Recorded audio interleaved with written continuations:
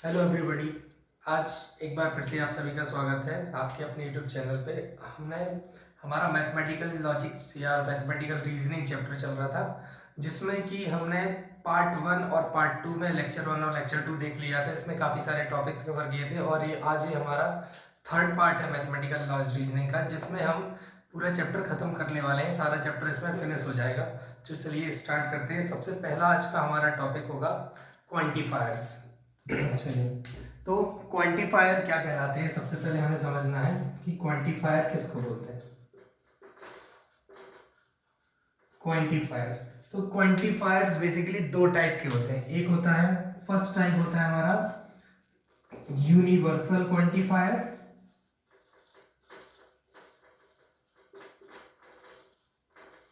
Universal quantifier. और second type होता है एग्जिस्टेंशियल क्वांटिफायर। तो दो टाइप के क्वांटिफायर्स होते हैं, यूनिवर्सल क्वांटिफायर और एग्जिस्टेंशियल क्वांटिफायर। ठीक है, तो सबसे पहला क्वांटिफायर है universal quantifier, UQ. Universal quantifier के अकॉर्डिंग क्या होता है कि हमने ये सारी चीजें पढ़ी होंगी। यूनिवर्सल क्वांटिफायर मतलब शॉर्ट में बोले तो यूनिवर्सल क्वांटिफायर स्टैंड्स फॉर, जैसे कि हमने वर्ड्स देखते हैं ऑल वैल्यू ऑफ, है ना, ये एक वर्ड है ऑल वैल्यू ऑफ। और हम देखते हैं फॉर एवरी, ये एक वर्ड है। और हम देखते हैं, और हमने वर्ड देखे फॉर ऑल, ये एक वर्ड। तो ये क्या है, ये एक यूनिवर्सल क्वांटिफायर है, ये एक यूनिवर्सल क्वांटिफायर है, ये एक यूनिवर्सल क्वांटिफायर। यूनिवर्सल क्वांटिफायर में ऑल सभी के लिए बात की जाती है ना, स्टेटमेंट जो बनेगा वो सभी के बारे में बात कर रहा होगा, ऑल एवरीबॉडी, है ना, ऐसे ये कहलाते हैं यूनिवर्सल क्वांटिफायर। और दूसरा जो टाइप का क्वांटिफायर है वो है एग्जिस्टेंशियल क्वांटिफायर। एग्जिस्टेंशियल क्वांटिफायर के अकॉर्डिंग क्या क्या एग्जिस्टेंशियल क्वांटिफायर के अंदर आते हैं वो देखें। जैसे कि एग्जिस्टेंशियल क्वांटिफायर स्टैंड्स फॉर, सबसे पहला देयर एग्जिस्ट, ये वर्ड यूज है, there exist a plant which gives a unique type of fruits, ऐसा कुछ हमने बना दिया तो देयर एग्जिस्ट आ जाएगा ना। कुछ चीजों के बारे में बात कर रही होती है, सारी चीजों के बारे में बात नहीं, ऑल सब्सटेंस और सभी चीजों के बारे में बात कर रहे हैं तो यूनिवर्सल क्वांटिफायर कहला जाता है। और सेंटेंस में अगर हमने देयर एग्जिस्ट बोल दिया और हमने एक और वर्ड है एटलीस्ट बोल दिया, एटलीस्ट वन, ऐसा, तो ये चीजें क्या है, ये एग्जिस्टेंशियल क्वांटिफायर कहलाती हैं। यूनिवर्सल क्वांटिफायर को रिप्रेजेंट करने के लिए हम सिंबल यूज करते हैं। यूनिवर्सल क्वांटिफायर को रिप्रेजेंट करने के लिए सिंबल होता है ये कहलाता है फॉर ऑल का सिंबल। सभी के लिए इसमें बात करते हैं, जितने भी कंटेंट जितनी भी चीजें आएंगी सारे के लिए वो बात हो रही होगी उस सेंटेंस के अंदर, है ना। कुछ ऐसे साइन से उसको हम रिप्रेजेंट कर सकते हैं। दूसरा, एग्जिस्टेंशियल क्वांटिफायर्स को रिप्रेजेंट करने के लिए हमें ये सिंबल लिखा यूज किया जाता है, उल्टा ई बोल सकते हो आप, है ना। आप उल्टा ई करके इसको रीड करते हो, इसको उल्टा एल करके, सॉरी उल्टा ए करके रिप्रेजेंट कर सकते हो या रीड कर सकते हो। तो ये कहलाते हैं existential quantifier and universal quantifiers. इसका यूज क्या है सेंटेंस मेकिंग में, जब हम क्या करते हैं, आगे हम पढ़ेंगे नेगेशन ऑफ स्टेटमेंट्स। तो स्टेटमेंट का नेगेशन करते हैं, उसमें बोला गया एक सेंटेंस होगा जो ऑल करके स्टार्ट हो रहा होगा, सभी के बारे में बात कर रहा होगा और उसका बोला होगा कि नेगेशन कर दो, तो उसका नेगेशन क्या होता है, एग्जिस्टेंशियल क्वांटिफायर होता है। तो जब भी हम यूनिवर्सल क्वांटिफायर की नेगेशन की बात करते हैं तो एक एग्जिस्टेंशियल क्वांटिफायर या एग्जिस्टेंट ये वाले क्वांटिफायर का यूज करके स्टेटमेंट बनाएंगे। और जब हम बात करते हैं कि एग्जिस्टेंशियल क्वांटिफायर का नेगेशन कर दो तो उसमें हम कौन सा सेंटेंस मिलेगा हमें, यूनिवर्सल क्वांटिफायर। तो कहने का सीधा सीधा मतलब है यूनिवर्सल क्वांटिफायर का नेगेशन एग्जिस्टेंशियल क्वांटिफायर होता है, एग्जिस्टेंशियल क्वांटिफायर का नेगेशन यूनिवर्सल क्वांटिफायर होता है। क्लियर। तो इसमें सिर्फ इतनी चीजें लिखनी है, ज्यादा डीप में इसको जाना नहीं है, बाकी सेंटेंसेस में इसका यूज हम करते हैं। ओके, चलिए अब यूनिवर्सल क्वांटिफायर्स का टॉपिक इतना ही है। एक इंपॉर्टेंट चीज है जिसको नोट करने लायक है, जो हमें याद रखनी पड़ेगी, इसको मैं रख कर देता हूँ। नोट करने लायक, याद रखने लायक बात ये है इसमें कि when a quantifier when a quantifier used in, किस में यूज करेंगे? ओपन सेंटेंसेस में, ओपन सेंटेंसेस में, then this open sentence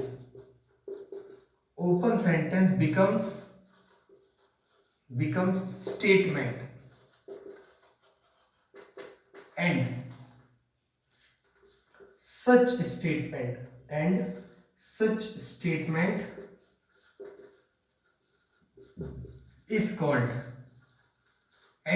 statement is called, quantified statement.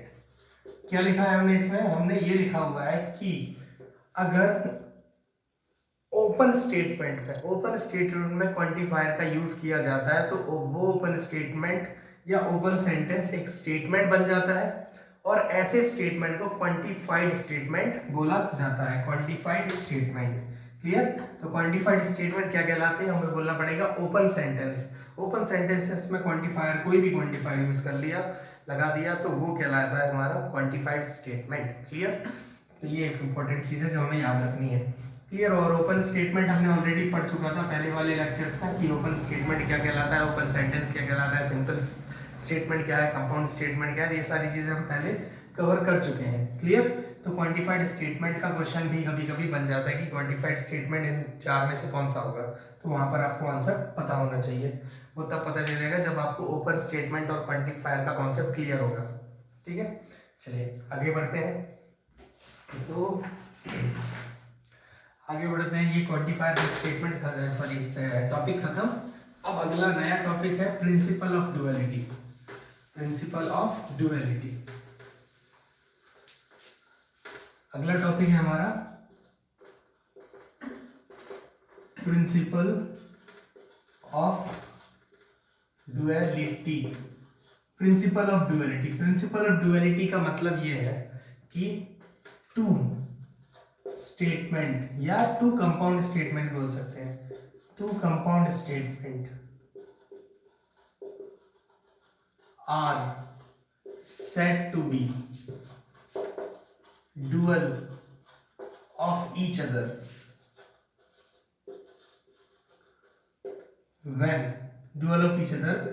when a statement is formed by replacing its connectives। कहने का मतलब ये है कि एक कंपाउंड स्टेटमेंट को dual statement of each other, मतलब एक स्टेटमेंट था उसका डुअल बनाया, दूसरा स्टेटमेंट बनाया, उस डुअल स्टेटमेंट का हमने फिर से डुअल किया तो वापस से स्टेटमेंट मिल गया, यानी dual statement of each other.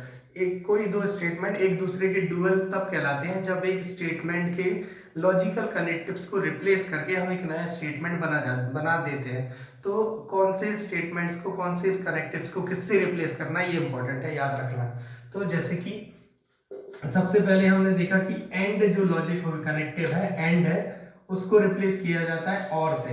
ऐसे हो जाएगा, एंड जो है वो और में रिप्लेस हो जाता है, अगर और लिखा होगा कहीं तो वो एंड से रिप्लेस हो जाता है। क्लियर? अगर कहीं नेगेशन है तो नेगेशन रिप्लेस किससे होगा? सिर्फ नेगेशन से ही होगा। नेगेशन से ही रिप्लेस होता है, या ऐसा बोल दो कि नेगेशन का डुअल खुद नेगेशन होता है। क्लियर? एंड का डुअल और होता है, और का डुअल एंड होता है, नेगेशन का डुअल खुद नेगेशन ही होता है। ये दोनों और ये दोनों। और तीसरी चीज है याद रखने वाली, ये है कि अगर कहीं टोटोलॉजी, स्मॉल टी को हमने लेट कर लिया टोटोलॉजी और सी को लेट कर लिया कॉन्ट्राडिक्शन।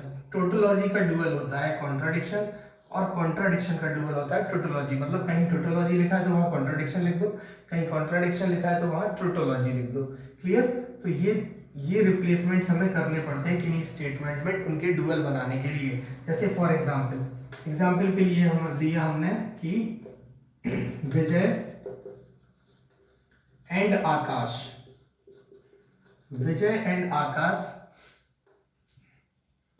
प्लेइंग क्रिकेट, कुछ इस तरह से एक स्टेटमेंट बना दिया। विजय एंड आकाश प्लेइंग क्रिकेट। अब इसका डुअल करने को बोल दिया गया कि इसका डुअल बनाओ, क्या होगा। तो डुअल में क्या बोला हमने, एंड जो है वो रिप्लेस हो जाता है और से। तो इधर डुअल क्या आएगा इसका, विजय और आकाश, विजय और आकाश प्लेइंग क्रिकेट। ठीक है, तो ये इसका डुअल कहलाएगा, विजय और आकाश प्लेइंग क्रिकेट। एंड की जगह और अगर और लिखा था तो वापस में एंड हो जाता। ठीक है, तो ये चीज याद रखनी और नोट करके ये बात बहुत अच्छे से याद रखना कि dual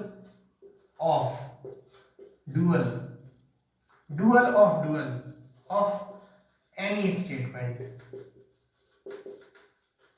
statement is statement itself. मतलब किसी स्टेटमेंट का डुअल किया और फिर से उसका डुअल कर दिया, 2 बार डुअल कर दिया, तो ऐसी कंडीशन क्या देगी, वापस से हमें वही स्टेटमेंट दे देगी। फॉर एग्जाम्पल जैसे कि हमने बोला P और Q, इसका डुअल बनाओ। तो इसका डुअल क्या आएगा, P और Q का डुअल क्या आएगा, P एंड Q का डुअल क्या आएगा, P और Q। इसका दोबारा से डुअल करने बोल दिया, इसको फिर से डुअल करो। फिर से डुअल करेंगे तो क्या होगा, और जो है वो फिर से एंड में बदल जाएगा, तो क्या हुआ, वापस से वो स्टेटमेंट हमें फिर से मिल गया। तो dual of any statement is statement itself. Clear, ये कहलाते हैं प्रिंसिपल ऑफ डुअलिटी। अब इसके कुछ और एग्जांपल्स देखते हैं, कुछ और एग्जांपल देखते हैं। जैसे कि फॉर एग्जांपल, जैसे कि हम पहला एग्जांपल लें, पहला एग्जांपल लेते हैं कि Sweta is a teacher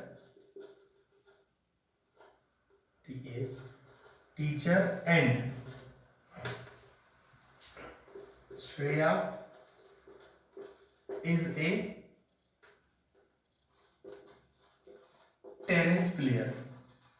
ठीक है, ये है। अब इसका डुअल बनाने बोल दिया, Shweta is a teacher and Shreya is a tennis player. तो क्या हो जाएगा इसका डुअल जो है वो हो जाएगा, इसका डुअल जो है वो आ जाएगा, Shweta is a teacher, and की जगह और, Shreya is a tennis player. ठीक है, इसका डुअल बन गया। और एग्जांपल लेते हैं, जैसे कि हम लोग P और Q, P एंड Q और R। अब इसका डुअल करने बोल दिया गया, इसका डुअल क्या हो जाएगा, P वैसे ही रहेगा, एंड की जगह और आ जाएगा, Q वैसे ही रहेगा, और की जगह एंड आ जाएगा R। ये कहलाएगा इसका डुअल। ठीक है, अब आपसे बोल दिया गया कि तीसरा एग्जांपल आपसे बोल दिया P इम्प्लाइज Q का डुअल करो। अब P इम्प्लाइज को चेंज करना तो हमने किसी से सीखा नहीं है, लेकिन हमने पहले जब अलजेब्रा ऑफ लॉजिक सीख रहे थे, अलजेब्रा ऑफ स्टेटमेंट्स या लॉजिकल स्टेटमेंट सीख रहे थे, तब वहां पर मैंने इसकी वैल्यू बता दी P implies Q। P implies Q की वैल्यू क्या है, P इम्प्लाइज Q जो होता है वो होता है नेगेशन ऑफ P और Q के इक्वल। अब इसका डुअल कर दो, तो इसका जो डुअल आएगा वो क्या आएगा, नेगेशन ऑफ P का डुअल क्या होता है, नेगेशन ऑफ P ही होता है, और का डुअल एंड हो जाता है और Q। तो ये इसका आंसर मिलेगा फिर हमें, है। इसको पहले इसमें कन्वर्ट करना पड़ेगा, फिर बाद में हमें ये कन्वर्ट करना पड़ेगा। जैसे कि फॉर एग्जांपल, जैसे कि तुमसे बोल दिया गया है कि इसका डुअल करो P डबल इंप्लीकेशन Q का डुअल करो, लेकिन इसका डुअल तो कुछ है नहीं है। तो हमने सीखा था कि P डबल इंप्लीकेशन Q की जो वैल्यू है वो P इम्प्लाइज Q और एंड Q इम्प्लाइज P के इक्वल होती है, और ये चीज अभी देखी कि इसके इक्वल होती है। तो फिर ये जो है वो हो जाएगा नेगेशन ऑफ P और Q के इक्वल, और इधर एंड Q से P इम्प्लाइज, इस बार तो क्या होगा, नेगेशन ऑफ Q और P, है ना। ये बदलेगा इसके अकॉर्डिंग, देखो वैसे ही बदलेगा ये है। अब इसका डुअल बना दो, तो इसका डुअल बनाएंगे। अब हम इसका डुअल करेंगे तो डुअल आएगा, नेगेशन ऑफ P का डुअल नेगेशन ऑफ P ही आएगा, और का डुअल एंड हो जाएगा, और Q वैसे ही रहेगा, एंड का डुअल और हो जाएगा, फिर नेगेशन ऑफ Q वैसे ही रहेगा, और का डुअल एंड हो जाएगा, और फिर P आ जाएगा। ठीक है, ये कहलाएगा इसका डुअल या duality, principle of duality apply करना है। क्लियर? तो आप समझ गए होंगे प्रिंसिपल ऑफ डुअलिटी कैसे अप्लाई करते हैं, कैसे स्टेटमेंट्स को चेंज करना है या क्या करना होता है उसमें, है ना। एक और टोटोलॉजी कॉन्ट्रडिक्शन वाला एग्जांपल ले लेते हैं ताकि कुछ भी रह ना जाए। तो जैसे कि हमने लिया पी एंड टोटोलॉजी और क्यू और, है ना, कुछ भी बना दिया कॉन्ट्रडिक्शन। अब इसका डुअल बनाने को बोल दिया गया मुझसे कि इसका डुअल लिखो, क्या होगा। तो डुअल क्या होगा, स्टेटमेंट पी तो वैसे ही रहेगा, एंड की जगह और आ जाएगा टोटोलॉजी की, मतलब टोटोलॉजी है तो कॉन्ट्रडिक्शन आ जाएगा, और की जगह एंड आ जाएगा, क्यू वैसे ही रहेगा, और की जगह एंड आ जाएगा, कॉन्ट्रडिक्शन की जगह टोटोलॉजी आ जाएगा। तो इसका ये डुअल कहलाएगा। क्लियर? तो समझ गए होंगे आपकी डुअल कैसे निकालेंगे। अब आगे क्वेश्चन हो जाएंगे, कोई भी क्वेश्चन मिलेगा करना यही है हमें, कुछ इसके अलावा और कुछ होता नहीं है इसमें, यही अप्लाई करना है। क्लियर? तो ये वाला टॉपिक हमारा खत्म। अगला टॉपिक, अब हम अगले टॉपिक पे जंप करते हैं। नेक्स्ट टॉपिक है हमारा नेगेशन ऑफ स्टेटमेंट्स। स्टेटमेंट्स का नेगेशन करना है। ये क्वेश्चन भी, सॉरी, ये टॉपिक भी इंपॉर्टेंट है, इससे क्वेश्चंस भी काफी बनते हैं और काफी इंपॉर्टेंट क्वेश्चंस बनते हैं। तो क्या होगा अभी इसमें, क्या करने का है, नेगेशन ऑफ अ स्टेटमेंट, किसी भी स्टेटमेंट का नेगेशन करना है हमें। तो सबसे पहला ले लिया हमने नेगेशन ऑफ पी और क्यू। क्या होगा, नेगेशन ऑफ पी और क्यू जो होगा, नेगेशन ऑफ पी, नेगेशन जो है वो एंड को और में बदल देता है, और क्यू का नेगेशन ऑफ क्यू हो जाएगा। क्लियर? ये सेकंड ले लिया हमने, जैसे नेगेशन ऑफ पी और क्यू, इधर क्या हो जाएगा, नेगेशन अंदर जाएगा तो नेगेशन ऑफ पी और की जगह एंड हो जाएगा और नेगेशन ऑफ क्यू। क्लियर? ये आंसर होगा। हाँ, थर्ड अभी हमसे बोल दिया गया कि बताइए इसका नेगेशन करके, P इम्प्लाइज Q का नेगेशन करने को बोल दिया गया। फिर से वही कहानी, P इम्प्लाइज Q की वैल्यू क्या होती है वो हम देखें, क्योंकि इम्प्लाइज का कोई नेगेशन नहीं होता। इम्प्लाइज को डायरेक्ट चेंज नहीं कर सकते हम, डबल इम्प्लाइज को डायरेक्ट चेंज नहीं कर सकते हम, डायरेक्ट चेंज और एंड को ही कर सकते हैं। नेगेशन का कोई चेंज नहीं होता, है ना। नेगेशन का नेगेशन वो स्टेटमेंट इटसेल्फ आ जाता है। जैसे कि अभी चलो आगे करेंगे, पहले इसको देखें। P इम्प्लाइज Q की जगह क्या पढ़ा अभी हमने, ये वाला नेगेशन बाहर वाला तो वैसे ही रहेगा, P इम्प्लाइज Q की जगह आ जाएगा नॉट P या नेगेशन ऑफ P और Q, ये आ जाएगा। अब इसका नेगेशन करना पड़ेगा आपको। तो नेगेशन ऑफ नेगेशन जो है वो स्टेटमेंट इटसेल्फ, नेगेशन ऑफ और जो है वो आ जाएगा एंड, और नेगेशन Q है तो नेगेशन ऑफ Q ये आ जाएगा। तो इस तरह से ये बदल जाएगा। क्लियर? अभी आपसे बोल दिया गया कि negation of P double implication Q निकालिए। तो पहले तो इसकी वैल्यू पुट करो। क्या था, ये वाला नेगेशन तो बाहर ही रखा हमने, पहले इसकी वैल्यू पुट की, क्या होती है, P implies Q and Q implies P, इसकी वैल्यू होती है। और इसकी वैल्यू भी हमें वापस हमें पुट करनी पड़ेगी ना, जो पीछे हमने काम किया था। तो फिर ये वाला नेगेशन अभी भी वैसे ही रहा, इसकी जगह आएगा नेगेशन ऑफ P और Q, फिर इधर का एंड वैसे ही, और नेगेशन ऑफ Q और P, है ना। ये अब नेगेशन करो इसका। तो नेगेशन ऑफ P ये हो जाएगा P इटसेल्फ, नेगेशन ऑफ और is and, negation of Q is negation of Q, and की जगह आ जाएगा और negation of Q is Q itself, negation of or is and negation of P is negation of P। Clear? ये कहलाएगा हमारा इस value का आंसर। ठीक है। अब जैसे कि ये डायरेक्ट बोल दिया जाता है कि कोई स्टेटमेंट है P और वो ऑलरेडी नेगेशन में है, उसका नेगेशन हम फिर से कर रहे हैं, तो वो क्या होता है, वो स्टेटमेंट इटसेल्फ होता है ना। Negation of any statement is it's statement itself. Clear? इस तरह से हम बोल सकते हैं। ये हो गया, ये तो हो गया। अब जैसे कि हमने पीछे क्वांटिफायर में बात की थी कि अगर हमें बोल दिया जाए negation of all X as ये करना पड़े, मतलब फॉर ऑल एक्स का नेगेशन क्या आ जाएगा, फॉर ऑल एक्स का नेगेशन देयर एग्जिस्ट एक्स आ जाएगा। फॉर ऑल एक्स का नेगेशन देयर एग्जिस्ट एक्स आ जाएगा, है ना। इसी तरह इसी तरह अगर बोल दिया negation of their exist x, क्या हो जाएगा, फॉर ऑल एक्स हो जाएगा।